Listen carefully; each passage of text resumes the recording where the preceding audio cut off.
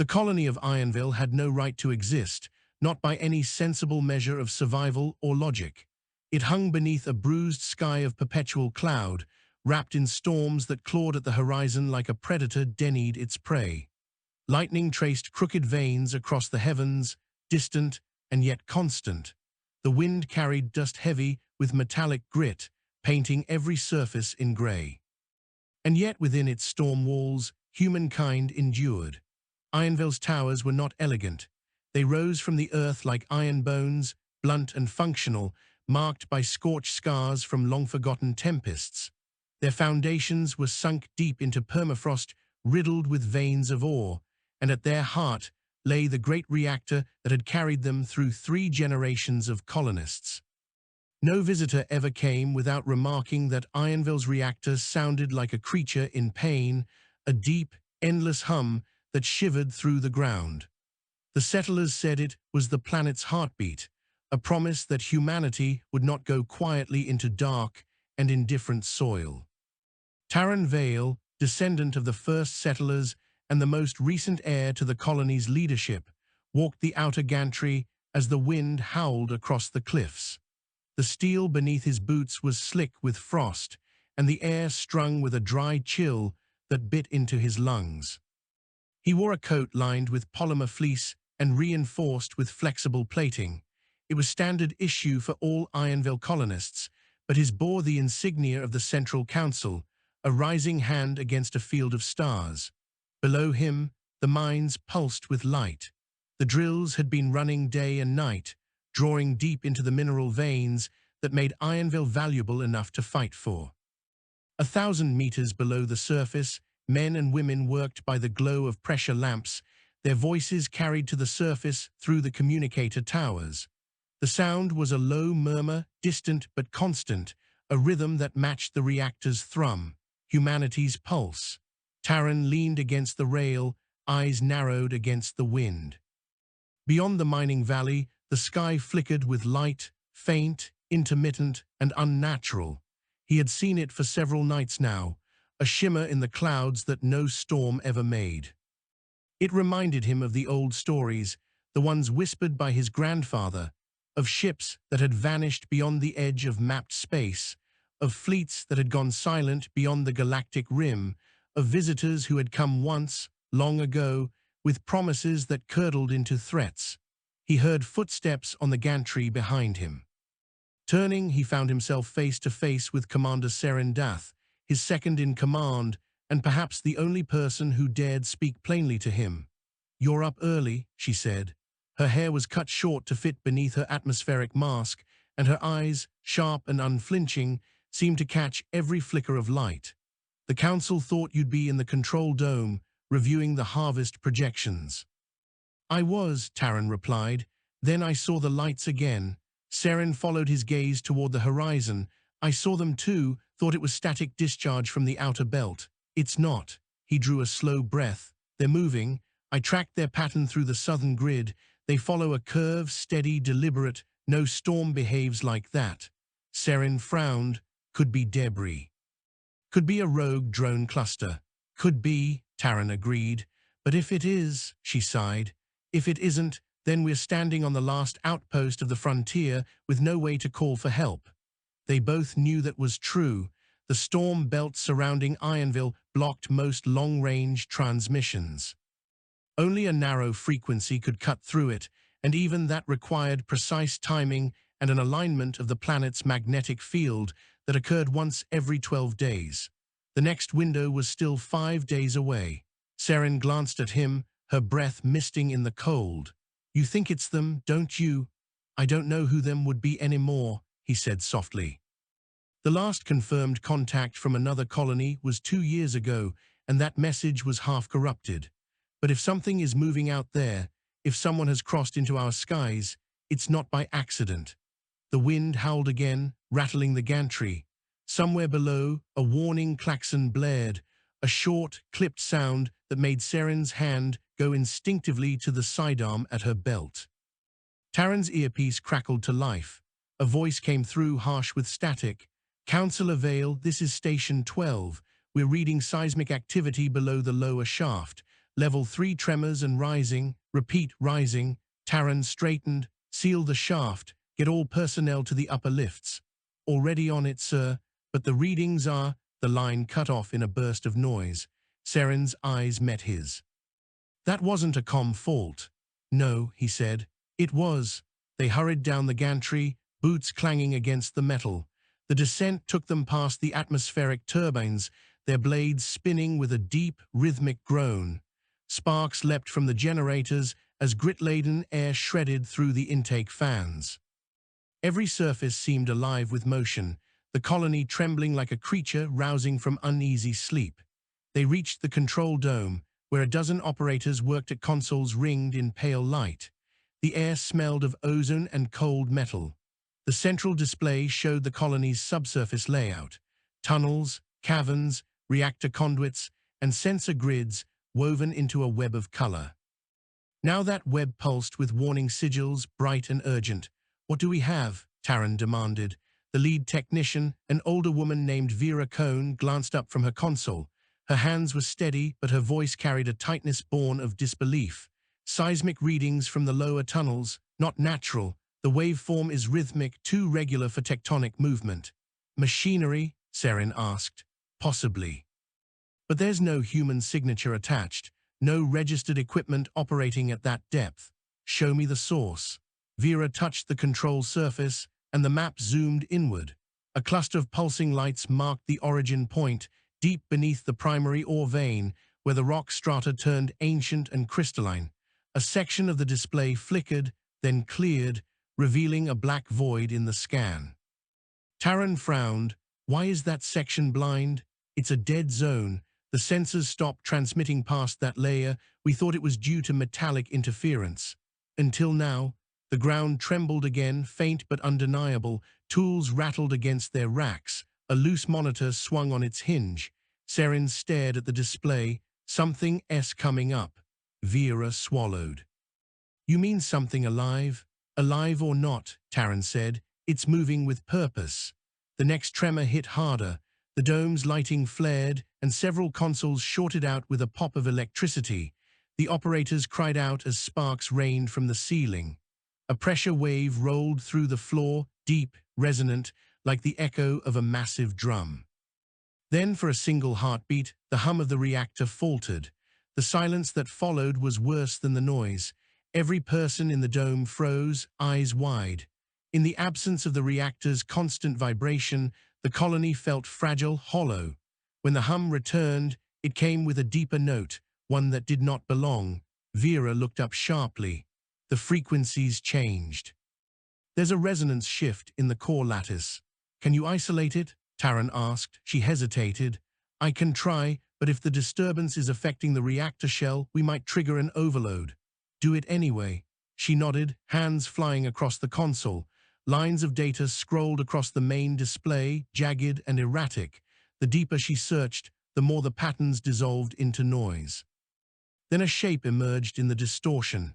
It was faint, a contour rather than an image, an oval structure buried far beneath the colony's foundations. The seismic pulses radiated from it in concentric rings. Its size dwarfed any human construct. Taran stared. "That's not part of the mining network." "No," Vera said softly. "It's older, much older." Seren exhaled slowly.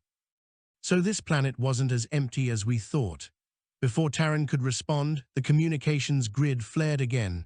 A new voice broke through, raw with panic. "This is Station 12. The floor's collapsing. There's light." The transmission ended in a shriek of static.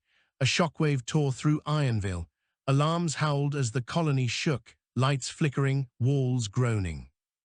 Taran caught the edge of a console to steady himself as dust rained from the ceiling. When the shaking subsided, the dome was bathed in the dim red glow of emergency power. "Status," Seren shouted. Vera's voice trembled. "We've lost contact with all southern tunnels. Reactor output down to 60%. Structural supports are holding for now." Taran's gaze locked on the main display.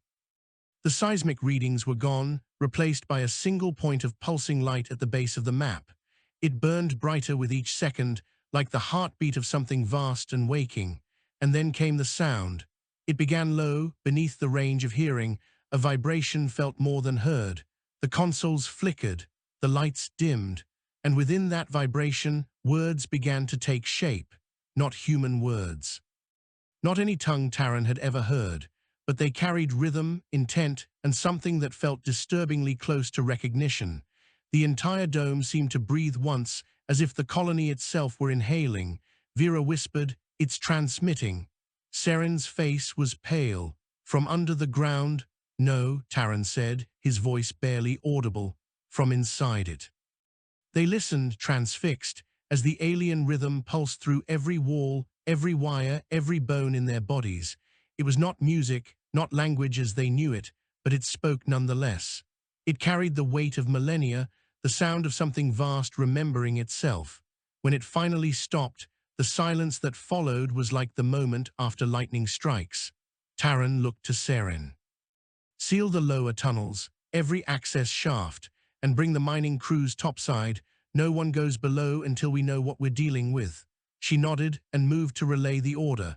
Vera looked at him, eyes wide. "You think it's a machine? I think it's a grave," he said quietly, and something just woke up inside it. Outside the dome, lightning split the sky.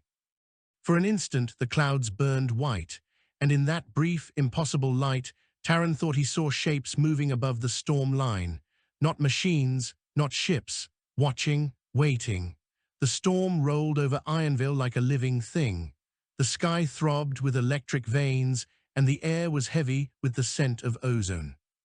Across the colony's northern ridge, searchlights cut through the downpour, revealing shapes that looked like jagged teeth of black stone rising from the earth. The outer towers groaned as wind screamed through their lattices. But inside, in the control dome's reinforced belly, the storm was the least of their fears. By dawn, they had sealed the lower tunnels. Heavy bulkheads groaned into place, locking with mechanical finality.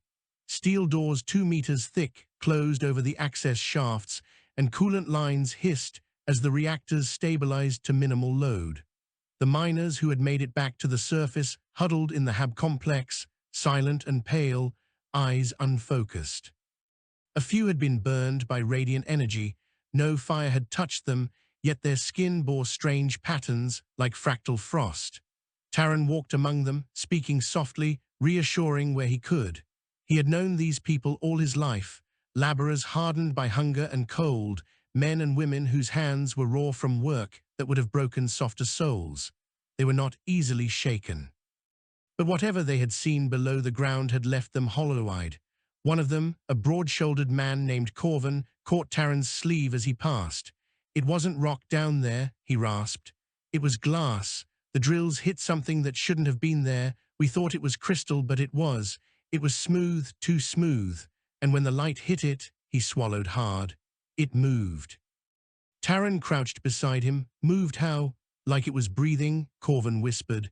"And when it cracked, the ground lit up, like the planet had veins. I don't know how else to say it. I saw the light crawl up the tunnel walls like it was looking for us." Seren approached, a tablet in her hand. "We finished the scans. You should see this." She led him out of the hab and into the corridor leading back to the dome. The wind outside howled against the metal walls, making them vibrate like the hull of a ship. When they entered the control dome, Vera and the other technicians had already cleared part of the display for new data. The projection floated in the air above the central table, a translucent, three-dimensional map of Ironville's substructure. At first glance, it was familiar: tunnels, shafts, reactor conduits. But below the lowest known level, there was something new. A pattern of interconnected chambers forming a geometry that made the human eye ache to follow. None of the lines was straight, yet each curve flowed with perfect precision. At its center was a hollow chamber shaped like a spiral shell. It was dormant, Vera said, until the drills breached the top layer. The moment they did, it came alive. "What is it?" Seren asked. "A buried structure?" Vera shook her head. "If it's a structure, it's not built from anything we can identify. It's not metal or stone, it's some kind of crystalline matrix, and it's active." Taran frowned. "Define active." "It's resonating. Every few minutes, it emits a low-frequency pulse, the same signal that disrupted the reactor last night. Taran stared at the image. How deep is it? 800 meters below the last tunnel. We wouldn't have found it for decades if the vein hadn't led us there. And now, Saren asked. Vera hesitated. Now it's responding to us. Before she could elaborate, the lights flickered again.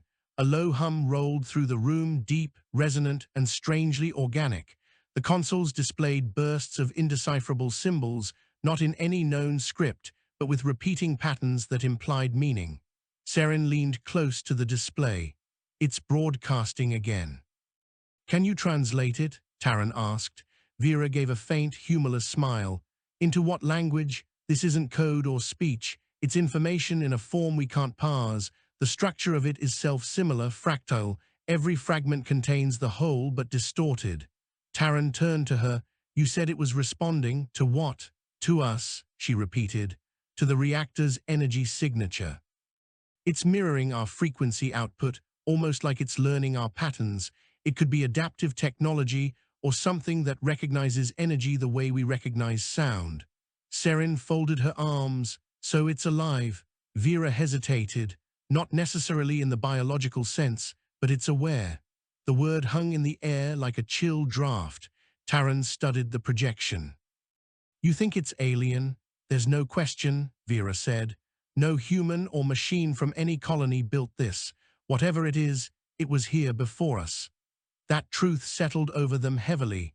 Humanity's frontier expansion had crossed thousands of light years, but it had found only ruins and relics, never living civilizations. The universe had seemed vast and empty, save for echoes of something that once was. Now, on this storm-ravaged world, those echoes had answered. Send a drone down, Taran ordered. I want a live feed from that chamber. Vera hesitated. Sir, if it's reactive, I know the risks, but I need to see it.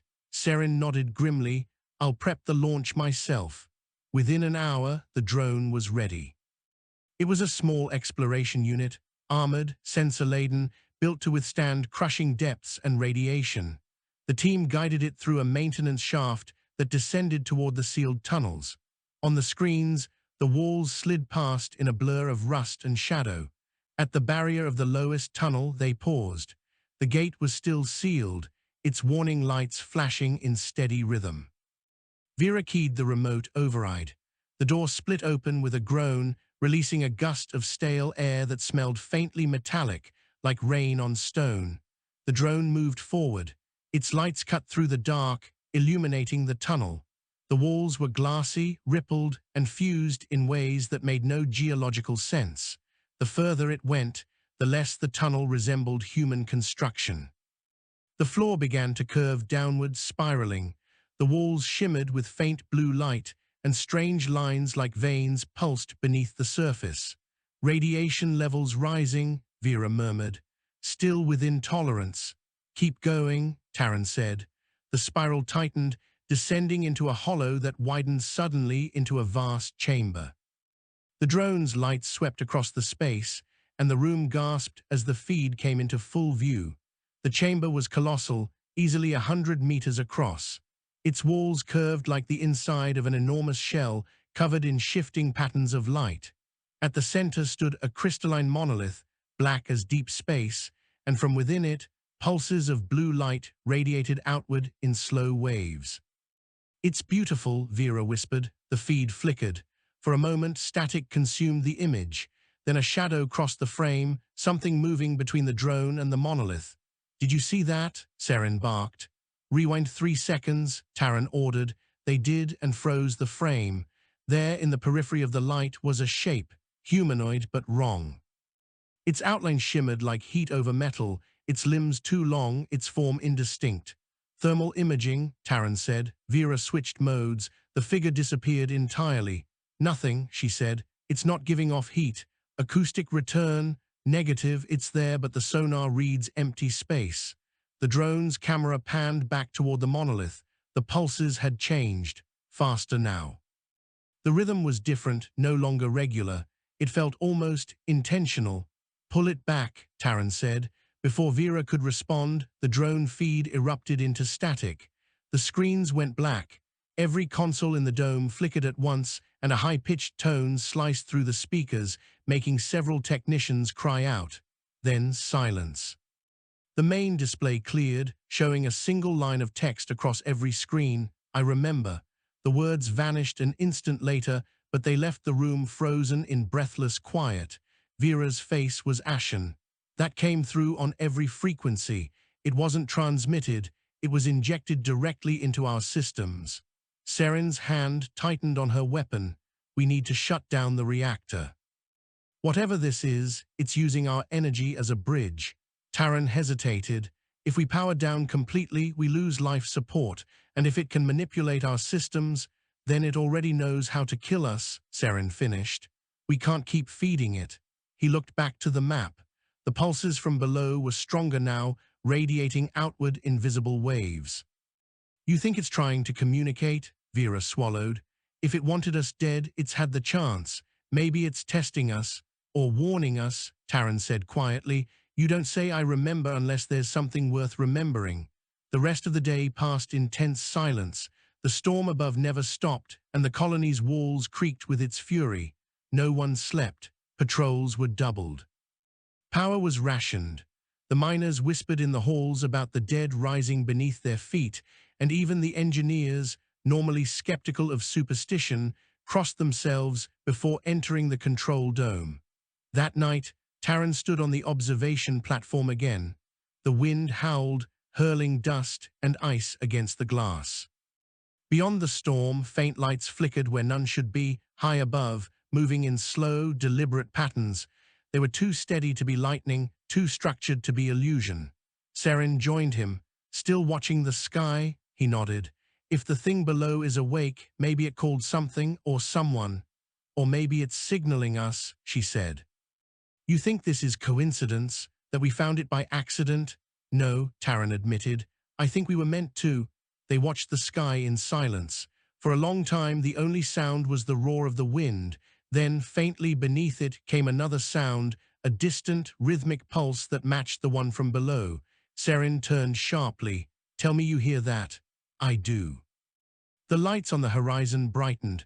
A formation, triangular, deliberate, slid through the clouds. Not lightning, not storm. The shapes were enormous, moving with precision. They're ships, Seren whispered. But whose? Taran's voice was barely audible. If the thing below is what I think it is, maybe they're its makers.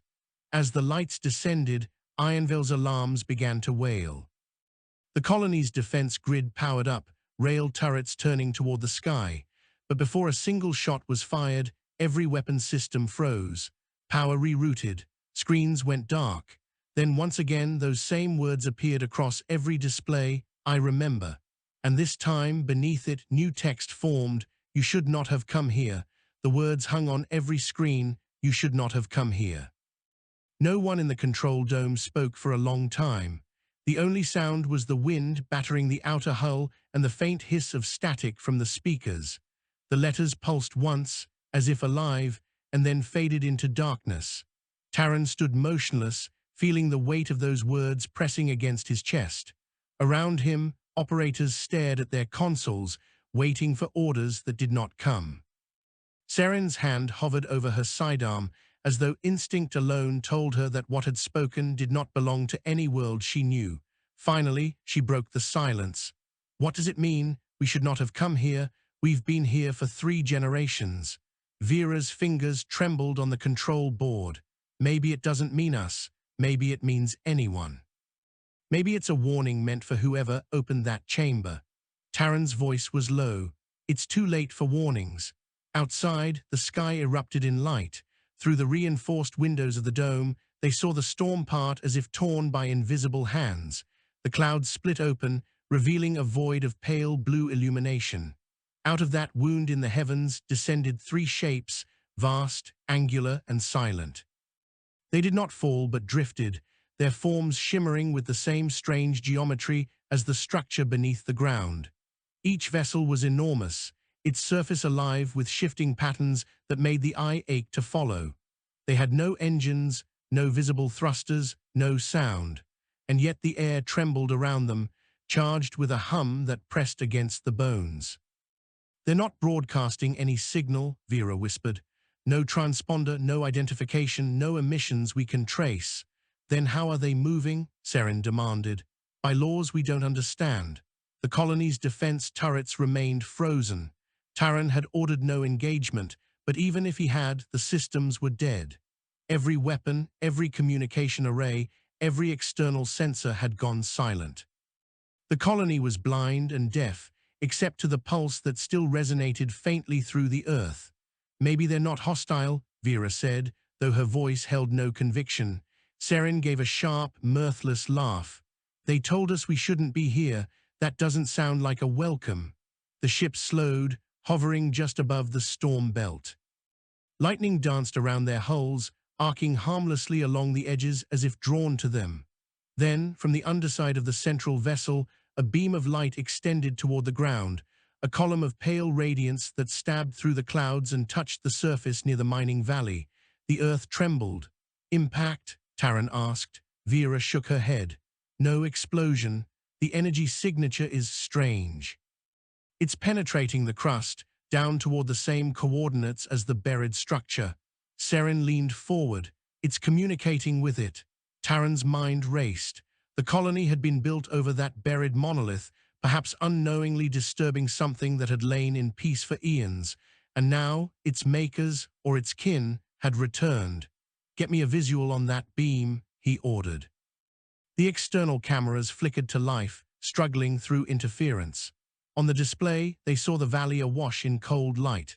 The mining rigs stood like skeletal monuments against the glow. The ground beneath them cracked open in long, deliberate seams. Something beneath was moving. Vera, Taran said, are you reading that motion? Yes, sir. The structure's surface is shifting. The energy from the ships is activating the entire network. What happens when it's fully active? I don't know, she said, but the resonance pattern is rising exponentially. Saren's jaw tightened. If this keeps up, the colony's foundations will tear apart. Taran's gaze remained fixed on the display. Then we have to talk to them. Saren turned toward him in disbelief. Talk with what exactly? Those ships. We can't even tell if they're crewed. We made contact first, he said quietly. They're answering. She stared at him for a long moment. And what if they don't want to talk? Then at least we'll know before they decide to erase us. He activated the central console. The comm array was damaged, but short-range transmissions still functioned. He switched to broad-spectrum broadcast, choosing a simple audio carrier wave. Static filled the air, then cleared. This is Councillor Taran Vale of Ironville Colony, he said. We acknowledge your signal. If you can understand us, we mean no harm. We are settlers, explorers. We didn't know this site was sacred to anyone. There was no response, only the hum of power coursing through the colony walls. Taran exhaled, ready to try again, then the speakers crackled. The voice that answered was not human. It was soft, layered, like a dozen tones speaking in unison. It carried no accent, no breath, yet it filled the room with presence. You dig in the bones of memory. You wake what should not wake. Taran's hand tightened on the console. We didn't mean to disturb anything. Our instruments found mineral deposits. We thought this world was uninhabited. All worlds are inhabited, even the dead ones. The sound seemed to ripple through the air. Lights flickered, as if reacting to the cadence of the voice. Saren whispered, "What are you? We are the remainder, the architects of what lies beneath you. You stand on a wound." Vera's eyes widened. A wound, a fracture in what once was whole. The voice paused as though considering. Your kind has walked far from its origin, but not far enough to escape curiosity. You found what we left buried. Now it remembers itself through you. Taran forced his voice to stay steady. We'll leave this place if that's what you want. Just tell us what it is, what we've uncovered. A seed of thought. A vessel for what could not die. When the stars burned each other to silence, we buried what remained here beyond the edge of remembrance. Saren frowned. You mean a being, not one, not many, an idea given form, memory crystallized until it dreamed. We sealed it beneath the surface so it could not awaken. You have given it light again. The ground trembled once more. The colony lights dimmed as the power grid wavered. Vera shouted over the noise, the reactors being drained, energies flowing downward. On the display, the monolith below flared bright blue. The pulse that had been steady now surged like a heartbeat in panic. Taran looked toward the window. The ships above had changed formation. The central vessel's beam thickened, linking heaven and earth in a pillar of brilliance. The others rotated around it, their surfaces rippling with light. "What are you doing?" he demanded. The voice returned, softer now. "We are trying to mend the wound, but it resists. It has tasted your energy, your thought. It is awake, and it hungers for more. Then help us stop it. It is beyond stopping. It will climb toward the light as it once did, and when it reaches you, it will learn through you what we once were, and then you will join it." Seren drew her weapon in frustration. "If they mean to destroy us," Taran raised a hand. "Wait." He turned back to the console. "There must be something we can do. You sealed it once before, can you do it again? To seal it again is to erase all life above it. The fracture must be burned clean. We came to end what you began. Then you'll destroy us. Your presence is already part of it. Your voices, your energy, your fear, you have been written into its memory." The transmission ended. The ships above the clouds grew brighter. The entire colony trembled as the beam intensified. "Reactor output collapsing," Vera said. "If this keeps up, we'll lose containment." Seren turned to Taran. "We need to shut everything down now." He shook his head. "If we cut power, the life support domes freeze. Everyone outside the main reactor sector will suffocate. So what's your plan? Wait for those things to vaporize us?" "No." He looked at the display. "We redirect the flow. If it wants our energy, we'll give it all at once and overload the conduit." Vera stared at him. "You're talking about detonating the core?" "Yes, that would level the colony." "I know." The control dome fell silent again. They all knew what it meant. Ironvale had been built from sweat and sacrifice, each generation carving a future from frozen dust.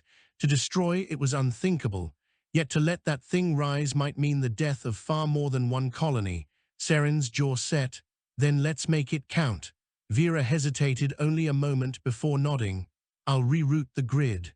The crew moved quickly. Orders rang out.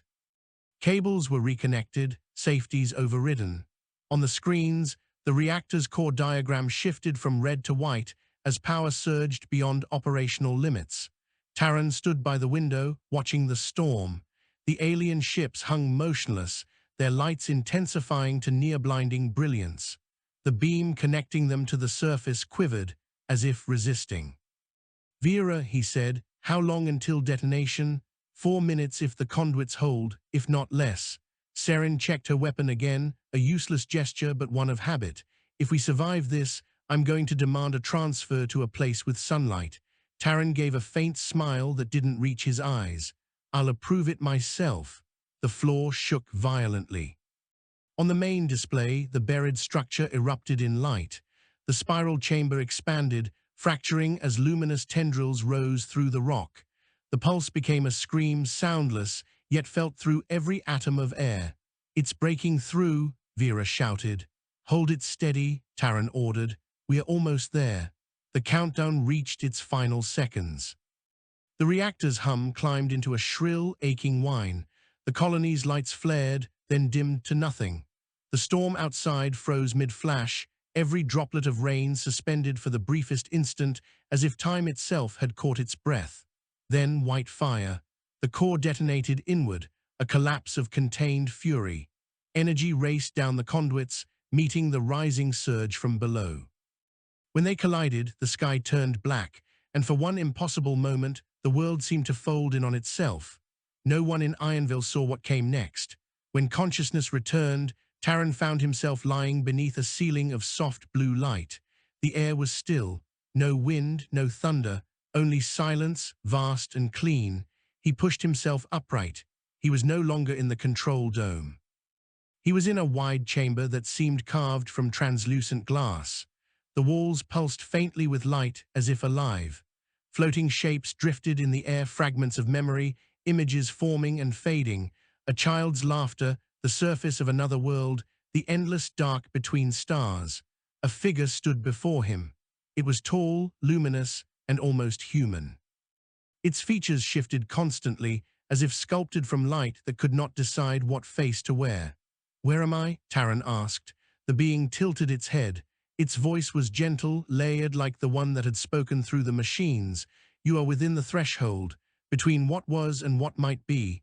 The colony, my people, are they alive?" "Alive, yes. Changed, perhaps.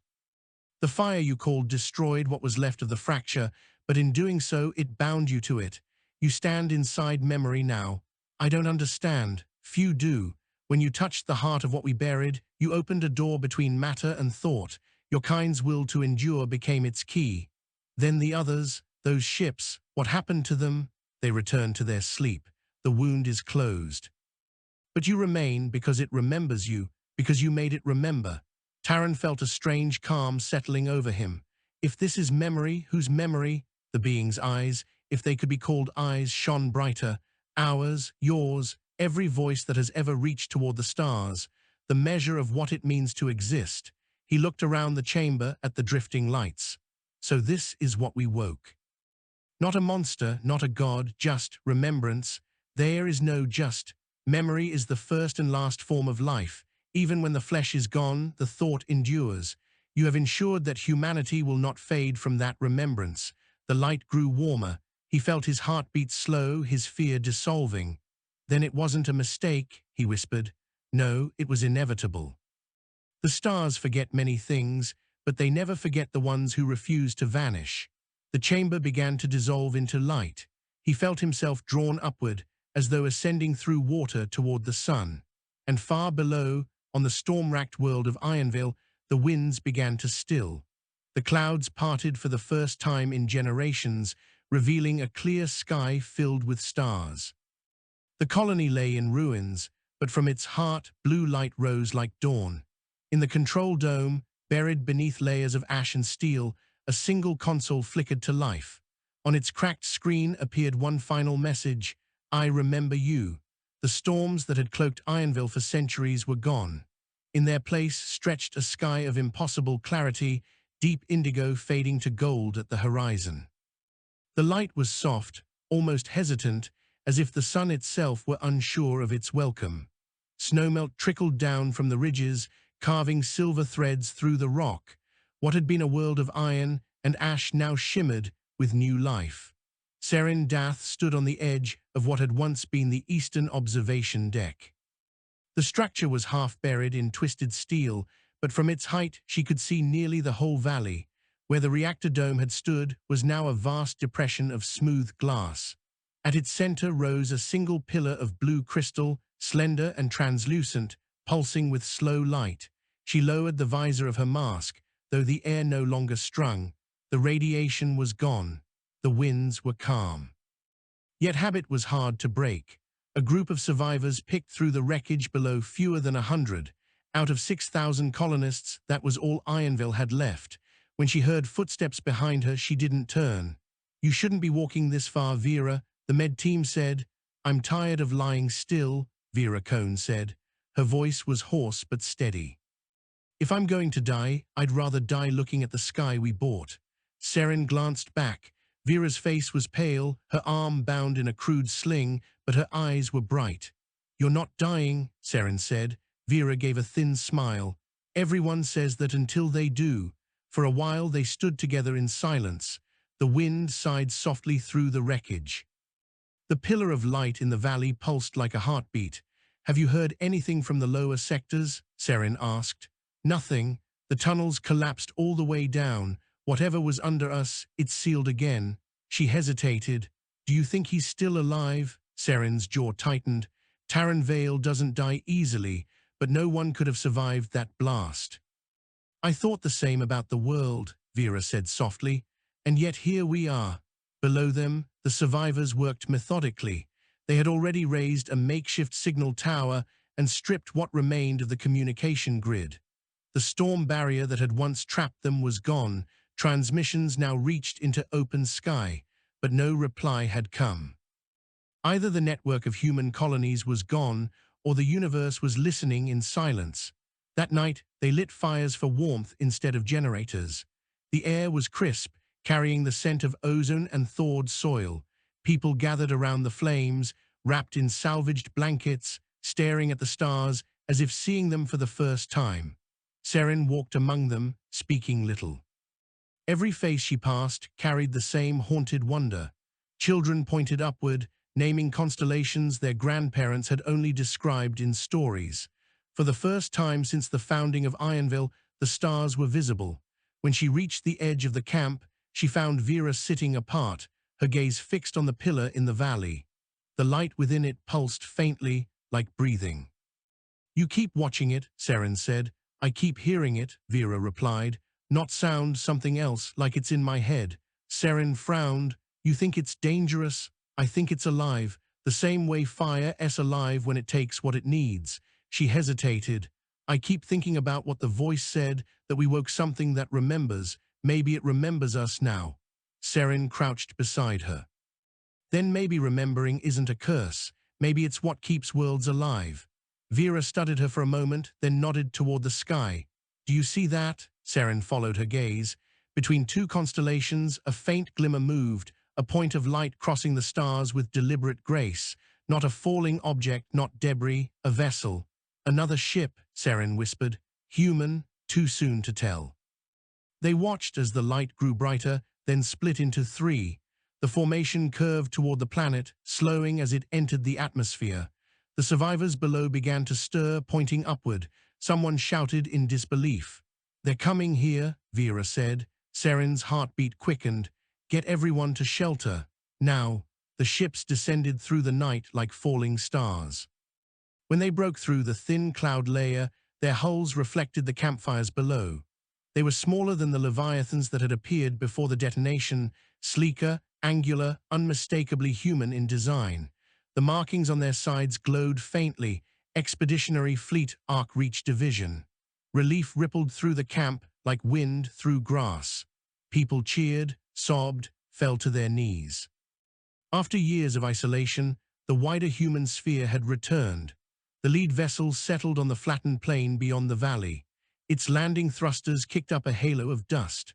A ramp unfolded, and figures in white atmospheric suits emerged, weapons slung but not raised. Seren met them halfway, flanked by two guards carrying pulse carbines scavenged from the ruins. She stopped a few meters from the newcomers. The leader removed his helmet. He was older than she expected, his face lined, eyes gray as storm clouds. "I am Commander Merrick Halden of the Arc Reach Division," he said. "We received your distress signal 6 days ago. You are Ironville Colony?" Seren nodded slowly. "What's left of it?" Halden's gaze drifted past her to the valley and the pillar that glowed there. "Your message was fragmented, said something about a discovery beneath the surface, an artifact. It's gone," she said, "or sleeping again. We are still alive because it let us be. That structure in the valley doesn't look gone. It's what's left of our reactor and whatever it merged with." She folded her arms. "You might want to keep your distance." Halden's expression tightened. "We'll need to secure the area. High Command will want to analyze it. High Command didn't see what it did to us." He studied her for a moment. "You'll have to explain." She looked over the broken landscape, the melted glass, the faint blue light. "You wouldn't believe me. Try me." So she told him about the buried monolith, the awakening, the ships that came through the storm, the voice that had spoken in the air. When she finished, the commander was silent. His officers exchanged uncertain glances. "You're saying you made contact with a non-human intelligence," Halden said finally, "and that it tried to erase itself and you with a planetary event." "I'm saying we woke something older than our species, and it chose to remember us instead of destroy us." By dawn, Arc Reach engineers had established a perimeter around the pillar. They deployed sensor pylons, drones, containment fields, everything humanity's science could muster to measure the unmeasurable. The survivors watched uneasily as machines surrounded the thing that had remade their world. Seren accompanied Halden to the edge of the crater. The light within the pillar pulsed more slowly now, its rhythm gentle, almost peaceful. "What do your instruments say?" she asked. Halden's chief scientist, a severe woman named Aura Fenn, replied without looking up from her console. The structure emits low-level radiation across every measurable spectrum, but the signal isn't random. It's patterned, complex, recursive. It's transmitting data. To where? Everywhere, Fenn said. The signal disperses through subspace channels we barely understand. It's like it's rewriting part of the background radiation itself. Saren felt a chill. And what happens if it finishes? Fenn gave a thin smile. Then the universe will know Ironville existed. That night, Saren dreamed. She was standing beneath a sky full of turning shapes, wheels within wheels, each made of light. From their motion came a whisper, "We remember." When she woke, her skin tingled, and the faint echo of that phrase lingered in her thoughts like a song without melody. 3 days later, one of the drones vanished. Its signal cut out mid-transmission. When they traced its last position, they found a single scorch mark in the dust beside the pillar. No debris, no metal, only a perfect circle of fused glass. Commander Halden ordered all equipment withdrawn to a safe distance. But the next morning, another drone disappeared. And that night the pillar's light changed color, deepening from blue to white. "It's responding to us again," Vera said, studying the readings. "Every time we touch it, it adapts." Halden frowned. "Then maybe we should destroy it before it decides to adapt to us entirely." Saren shook her head. "You can't destroy memory, you can only add to it." Halden turned on her. "You think this thing cares about poetry? If it wakes again, it could burn half a sector." "Maybe," she said, "or maybe it's trying to show us something." He stared at her for a long time. "You really believe that?" "I believe we didn't survive by chance." That evening, the sky flared again, brief, blinding. Every communicator crackled to life, flooded with static. Then, beneath the noise, came a familiar voice, layered and distant, Taran Vale. Saren's heart froze. The voice continued, calm and human now. "If you can hear me, don't fear what's waking. It remembers us. It remembers humanity. The measure of what we were is written here, and it's waiting for the rest of you to find it. Tell them not to bury it again. Tell them to listen." The signal faded into silence. Vera looked at Saren, tears glinting in her eyes. "He's alive." Saren stared at the pillar. Its light pulsed once, twice, in rhythm with her heartbeat. "Not alive the way we are," she said softly, "but he's not gone." Halden's voice broke the silence. "We're taking that recording back to command. Whatever this is, it changes everything." Saren kept her eyes on the pillar. "It already has." As night fell, the survivors gathered once more. The stars above burned brighter than ever, and the pillar's glow joined them, a new constellation rising from the scarred earth. Humanity had reached farther than it ever should have, and in doing so, it had found something vast enough to remember it. And in the stillness of the renewed world, a whisper drifted through the air, faint, almost gentle, "I remember." The sky above Ironville no longer hid behind storms. It burned clean and cold, the stars sharp as glass. The survivors had begun to build again, tents replaced by frame dwellings, power restored through salvaged cells. Humanity's stubborn instinct for continuity stirred like a seed in thawed soil. Yet even as tools struck metal and generators hummed, every eye strayed again and again to the pillar that shone in the valley. Commander Merrick Halden had sent his first full report to the Ark Reach headquarters and now waited for the reply that would shape the colony's fate. He stood beside the signal mast, its dish glowing faintly in the dawn, and listened to the whisper of open channels. Nothing answered but static. Saren Dath approached quietly, her boots crunching over frost. "Still nothing?" "Not a whisper," he said. "They should have replied by now. Maybe the transmission didn't reach them." Halden shook his head. "It reached someone." The background radiation spiked across every band after we sent it. Something out there heard us. She glanced toward the pillar. "Maybe it's answering first." He frowned. "That's what worries me." They walked down together into the valley.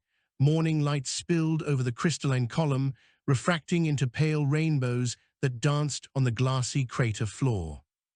Drones hovered in cautious orbits, their sensors trained but their engines muted, as though they feared to disturb the quiet. Vera Cohn was already there, crouched at a field terminal. Her color had returned, though the sling still bound her arm. She looked up as they approached. It's changing again. The surface temperature keeps dropping, but the energy output is rising. It's as if it's drawing heat from the air. Seren knelt beside her. Any pattern to the fluctuations? Yes, it's forming a sequence, pulses in groups of 5, then 3, then 1, repeating. Halden folded his arms. A countdown or a greeting, Vera said, depends on who's counting. They watched as the light deepened from white to gold. Faint ridges began to form on the pillar's surface, lines, grooves, then shapes, letters, human letters. Seren reached out a gloved hand but stopped short of touching. The words glowed faintly beneath the crystal skin, shifting even as they read. We hear, we wait, we build where you fall, Vera whispered, it's speaking again. Halden took a step back, or mocking us. Seren's gaze stayed fixed on the words. No, it's learning our language. Remember what Taran Vale said, it's waiting for the rest of us to find it. Halden gestured sharply to his guards. Pull everyone back from the crater. No one touches that thing until we know what it wants. Vera's mouth tightened, but she obeyed. The engineers withdrew, leaving the pillar alone in its crater, gleaming like a frozen sun. By evening, the camp buzzed with rumor. Some swore they heard voices when the wind crossed the valley, others that they saw shadows moving inside the crystal. The youngest children called it the listener and left offerings of polished stones at the rim. Seren walked among them with quiet patience, answering no questions. She carried a portable recorder everywhere now, documenting changes in the structure and the behavior of the survivors. The more she studied, the more she realized Ironville was becoming something new, not just rebuilt, but rewritten. That night she found Vera in the communications tent. The scientist was surrounded by static images of the pillar, each captured from a different angle. She was muttering under her breath, counting. What are you looking for? Seren asked. Correlation. The pulse patterns match the prime intervals of hydrogen resonance. That's the fundamental frequency of matter itself. So it's talking in the language of the universe. Vera smiled faintly. Exactly. It's using the same constants we use to measure reality, and if we answer, then we see if it listens. Seren hesitated. Halden will forbid it. Halden forbids everything that doesn't fit into a report. Vera's eyes gleamed with exhaustion and wonder. But this could be the first real dialogue humanity has ever had. Seren looked at the recording device in her hand. What if it decides we're the wrong kind of listener? Then we'll have proven we existed long enough to ask. 2 days later, the reply from Arc Reach finally came. The transmission flickered into life on the command console, voice only, the words clipped and formal. Commander Halden, your report is acknowledged. You are to initiate Containment Protocol Theta. Secure the artifact by any means necessary. Prepare for evacuation of surviving colonists. A detachment will arrive within 20 days to assume custody. Halden replayed the message twice, jaw tightening.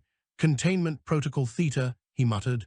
That means sterilization if they can't isolate it. They'll destroy everything, Seren said. Maybe they're right. We don't know what that thing is. We know it's trying to speak. We can't answer fire with fire. Halden turned away. I have my orders. Vera entered as they argued. She listened silently, then said, if you sterilize the valley, you might trigger another reaction. You'll erase not only the pillar, but every trace of the event that saved us.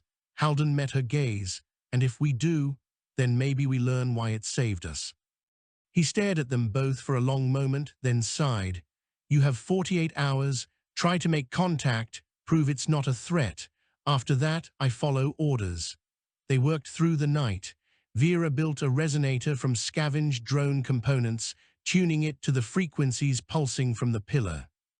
Seren monitored the energy patterns, adjusting output in microbursts of electromagnetic code, an attempt to mirror the prime sequences the structure had emitted.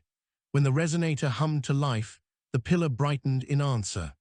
The grooves on its surface shifted again, rearranging into new symbols, no longer human letters, but spirals and curves like the architecture of galaxies. Vera whispered, it's listening. Seren transmitted a simple pattern, the hydrogen sequence, then the numeric representation of Ironville's coordinates, then a visual schema of the human DNA helix rendered in electromagnetic translation. The pillar's light flared. A column of data burst upward, invisible to the eye but loud across every sensor. The air trembled. Then through the noise came a voice, not mechanical, not human, but woven from harmonics that resonated inside their skulls. "We know you. You are the echo of the builders.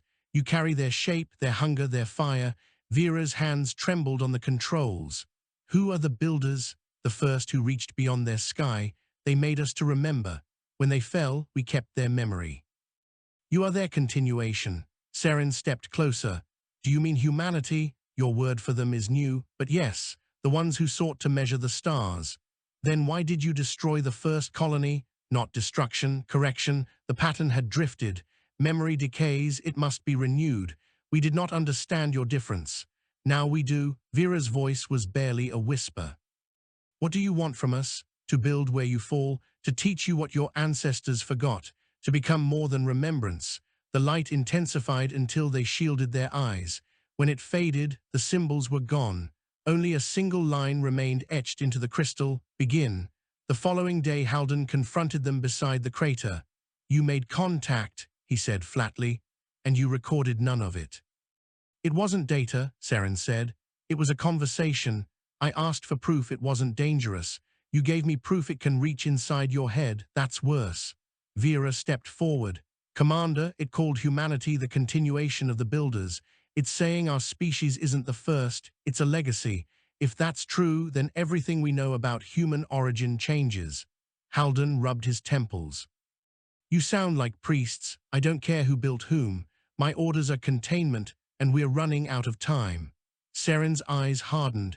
"If you destroy it, you erase the first bridge between humanity and what came before. You'll be remembered as the man who silenced the universe." He hesitated, then said quietly, "Sometimes silence is safer than the wrong answer."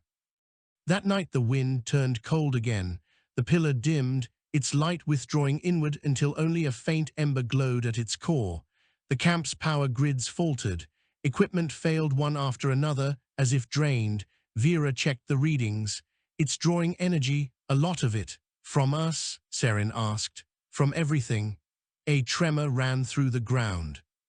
The glassy crater began to crack, lines spreading like frost.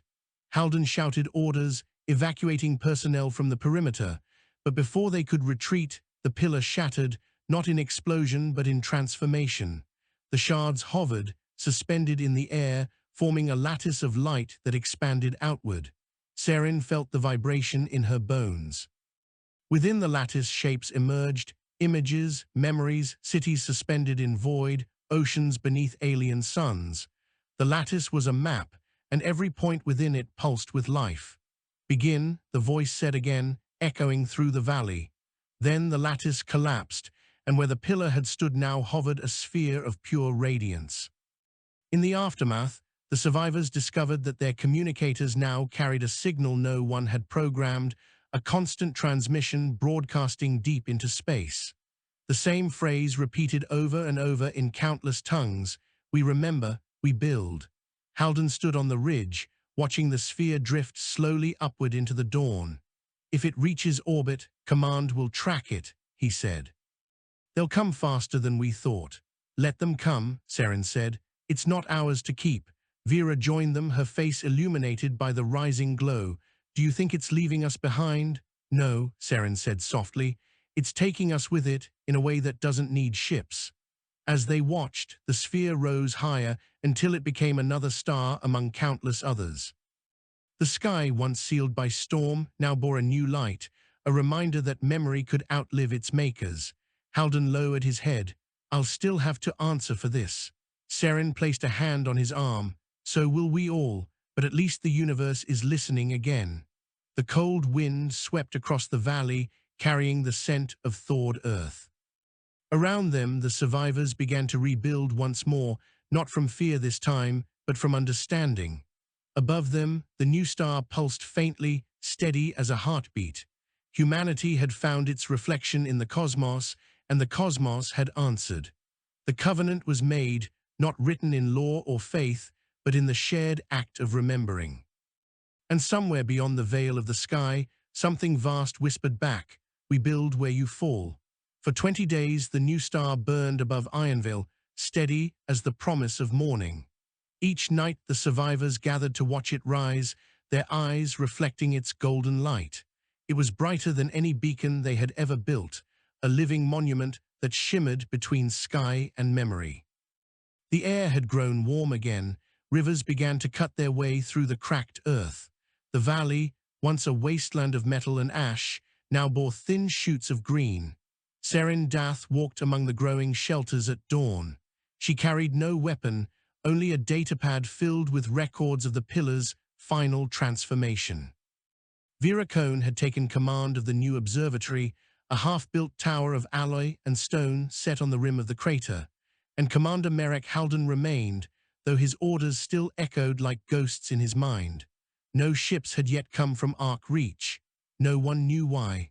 Seren climbed the ridge above the camp, where the old weather array still stood like a skeletal tree. From there she could see the horizon glowing faintly, not with sunrise, but with the shimmer of atmospheric change. The planet itself was healing or remaking under the influence of whatever the sphere had released. Every analysis Vera's team ran returned the same strange result. The molecular lattice of Ironville's crust had begun to realign in patterns resembling the crystalline network of the pillar. The world was becoming part of the memory that had birthed the artifact. Vera arrived beside her, breath misting in the cool air. "I've been thinking about what it said," she murmured. "We build where you fall." Maybe it isn't just talking about monuments or remembrance. Maybe it means rebuilding reality itself, using every fallen world as scaffolding for the next. Seren looked toward the horizon. "Then Ironville is the foundation for something greater." Vera smiled faintly. "And we're its caretakers, whether we like it or not." They stood in silence for a time. Then the signal towers crackled to life with a deep band pulse that shook the ground. Every device in the camp flickered. Halden's voice came over the open channel, "Incoming vessel, massive, bearing direct from the outer system." Seren and Vera ran down toward the landing plane. Above them, the sky parted like torn cloth as a ship descended, larger than any human craft, yet bearing familiar geometry. Its hull gleamed with the same crystalline sheen as the pillar, shaped like overlapping wings. No flame, no thrusters, just the quiet gravity of controlled descent. When it settled on the plane, the Earth only sighed. Halden was already there with his security detail, though their rifles hung uncertainly at their sides. The ship's surface rippled, and an aperture formed, an opening of light. Figures stepped out, their outlines human but not entirely, tall, translucent, their skin veined with gold light that pulsed like slow lightning. They wore no helmets, no armor, and moved with unhurried grace. When the first one spoke, the voice was clear and unamplified, carrying perfectly through the thin air. "We come in answer to the memory." Seren took a step forward. "Who are you?" The figure regarded her with eyes like molten glass. "We are the inheritors of the builders, the ones you called in your echo." Halden stiffened. "You're saying you're human? Not as you are, not anymore. We are what humanity became when it learned to live within the memory instead of above it." Vera whispered, "The sphere, did it reach you?" The figure inclined its head. "It awakened us. It reminded us of the origin we had almost forgotten. You are our beginning, as we are your possible end." Seren's pulse quickened. "Then why are you here?" "To teach you how not to vanish as we did."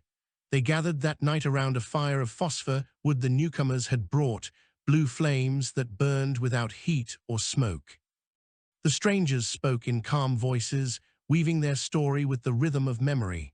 Long ago, they said, humanity had spread beyond the stars until it no longer knew where it had begun.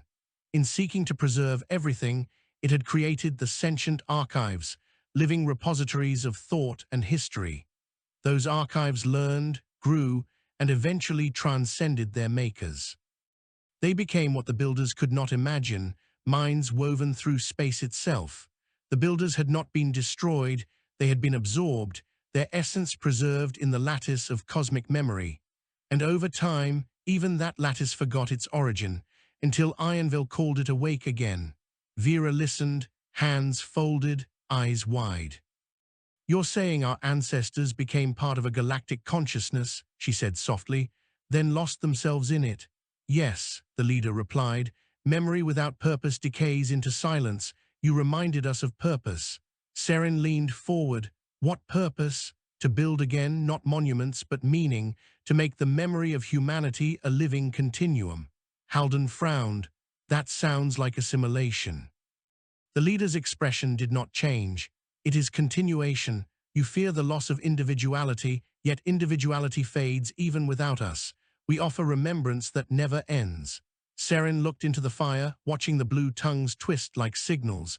"And if we refuse, then you remain as you are, bound to dust and decay, but the memory will still hold you." For a long time, no one spoke. Then Vera said quietly, "Maybe remembrance isn't about survival. Maybe it's about choice." The leader regarded her thoughtfully. "Choice is the seed from which remembrance grows. We did not come to command, but to offer the tools of ascension. What you do with them will define how your kind is remembered." In the following days, the newcomers helped rebuild Ironville in ways beyond understanding. Machines grown from light replaced crude metal frames. Water purifiers drew moisture directly from air currents. Fields began to green within a week. Each technology they shared carried the same principle: sustainment through resonance, shaping matter rather than consuming it. The survivors worked beside them, awed and uneasy. Seren oversaw the collaboration, while Halden kept a careful ledger of every exchange. Yet at night, Seren dreamed of the sphere among the stars, pulsing faster, brighter. It was calling again, though she did not know to whom. On the seventh night, she woke to find Vera standing at the ridge, eyes fixed upward. "It's not just a star anymore," Vera murmured. "Look." Seren followed her gaze. The sphere had grown larger, no longer a distant point, but a visible orb, its light deepening from gold to crimson. Lines of energy spread from it across the sky like veins of fire. The air vibrated faintly, humming in rhythm. "What's happening?" Seren whispered. Vera's voice trembled. "I think it's waking the others." At dawn, the sky was alive with motion. Dozens of smaller lights appeared, rising from the horizon like new constellations. Some streaked toward orbit, others toward the plane where the alien ship rested. The newcomers stood together at the crater's edge, hands raised toward the heavens, faces radiant. Their leader turned to Seren. "The lattice of memory is reassembling. The time of convergence is near." "Convergence?" Halden demanded. "The union of the builders, echo with their continuation. You mean with us?" "Yes, the memory cannot exist in fragments forever." Seren stepped forward. "And if we don't want to merge," the leader's gaze was unreadable, "then the memory will seek balance without you. The energy released may unmake this world." Halden drew his weapon, though he knew it was useless. "That sounds like a threat." "A warning. We do not desire harm, but what is begun must complete its cycle." Vera turned to Seren, desperation in her eyes. "We triggered this. Maybe we can control it." Seren's thoughts spun. If the convergence meant assimilation, humanity's last free colony would vanish. But if they resisted, the energy tearing through the sky might consume Ironville entirely. She looked at the newcomers, then at the survivors behind her, children, workers, elders, each face lit by the growing crimson glow. "There has to be another way," she said. "There is always another way," the leader replied softly, "but it must be chosen, not given." That night Seren walked alone into the valley. The ground shimmered underfoot with faint geometric light. At the crater's center lay the first fragments of the shattered pillar, still humming with quiet energy. She knelt and placed her palm on one shard. It was cool to the touch, yet she felt warmth bloom in her chest, spreading like fire through her veins. A voice spoke within her mind, gentle, familiar. "You called. You remember. You are not alone." "Taran," she whispered, "what remains of me?" Her throat tightened. "You're part of it now, aren't you?" "I am part of everything that remembers, but you are the living thread, Seren. You carry the question forward." "They want us to join them, to become memory too." "Memory without choice is stasis. Choice is what made the builders great. You can choose to ascend or to redefine what ascension means." "How?" "By teaching the memory to learn again." By reminding it that life is not a record but a process, the voice faded, leaving behind only the echo of warmth. Seren rose slowly, understanding dawning like sunrise. The next morning she gathered Halden, Vera, and the newcomers at the crater. "The convergence is coming," she said, "but we can guide it." Halden frowned. "Guide a planetary transformation?" "Yes, the lattice responds to resonance. If we can broadcast the pattern of life, not just human life, but everything growing here, it might stabilize the merge without erasing us." Vera's eyes widened. "You mean feed it the data of the living ecosystem, let it evolve rather than overwrite?" The leader inclined his head. "A bold path. It risks failure." Seren met his gaze. So did everything that ever mattered. They worked without rest. Sensors were repurposed into harmonic emitters, calibrated to the frequencies of wind, water, and heartbeat. Every living creature in the valley became part of the pattern. When the sky turned fully crimson, they activated the array. A low tone rippled outward, rising until the ground itself sang. The crimson light wavered, then deepened to violet. Streams of energy curved downward, touching the valley like falling rain. For a heartbeat, the world held its breath. Then the light surged, filling every stone, every leaf, every drop of blood with brilliance. Seren felt herself lifted, not bodily but in thought. She saw Ironville as threads of energy weaving into the greater lattice, not erased but integrated, each person, each memory, distinct yet connected. The newcomers shimmered, their forms dissolving into streams of light that spiraled upward, joining the crimson sphere. Vera's voice echoed beside her mind. "We did it. It's balancing." Halden's voice followed. "If this is dying, it's the strangest peace I've ever known." And then silence, but not absence. A silence filled with understanding. When Seren opened her eyes, dawn had returned. The sky was clear, washed gold by sunlight. The crimson star was gone, replaced by a soft halo that ringed the planet's horizon. Vera lay beside her, alive, breathing. Halden stood nearby, staring upward in wonder. Around them, the valley bloomed with wild grass. The shard fragments had melted into the soil, and faintly in the wind, they heard a whisper not from the sky, but from the earth itself. "We build where you grow." Vera smiled through tears. It changed the phrase. Seren nodded slowly. It learned. Halden lowered his head, "And Command will never believe a word of it." "They don't have to," Seren said. "They'll see the light in the sky and know something woke." They stood together as the sun climbed higher. The horizon shimmered, not with destruction, but with renewal. Ironville was no longer just a colony. It was the first note in a greater harmony, the proof that memory could evolve, and that humanity could become more than history's echo. That night, as stars unfolded across the heavens, Seren spoke to the quiet sky. "If you remember us," she said softly, "then remember this too, that we chose to live." Far above, a faint pulse answered, gentle, steady, eternal. "We remember, we build, we grow."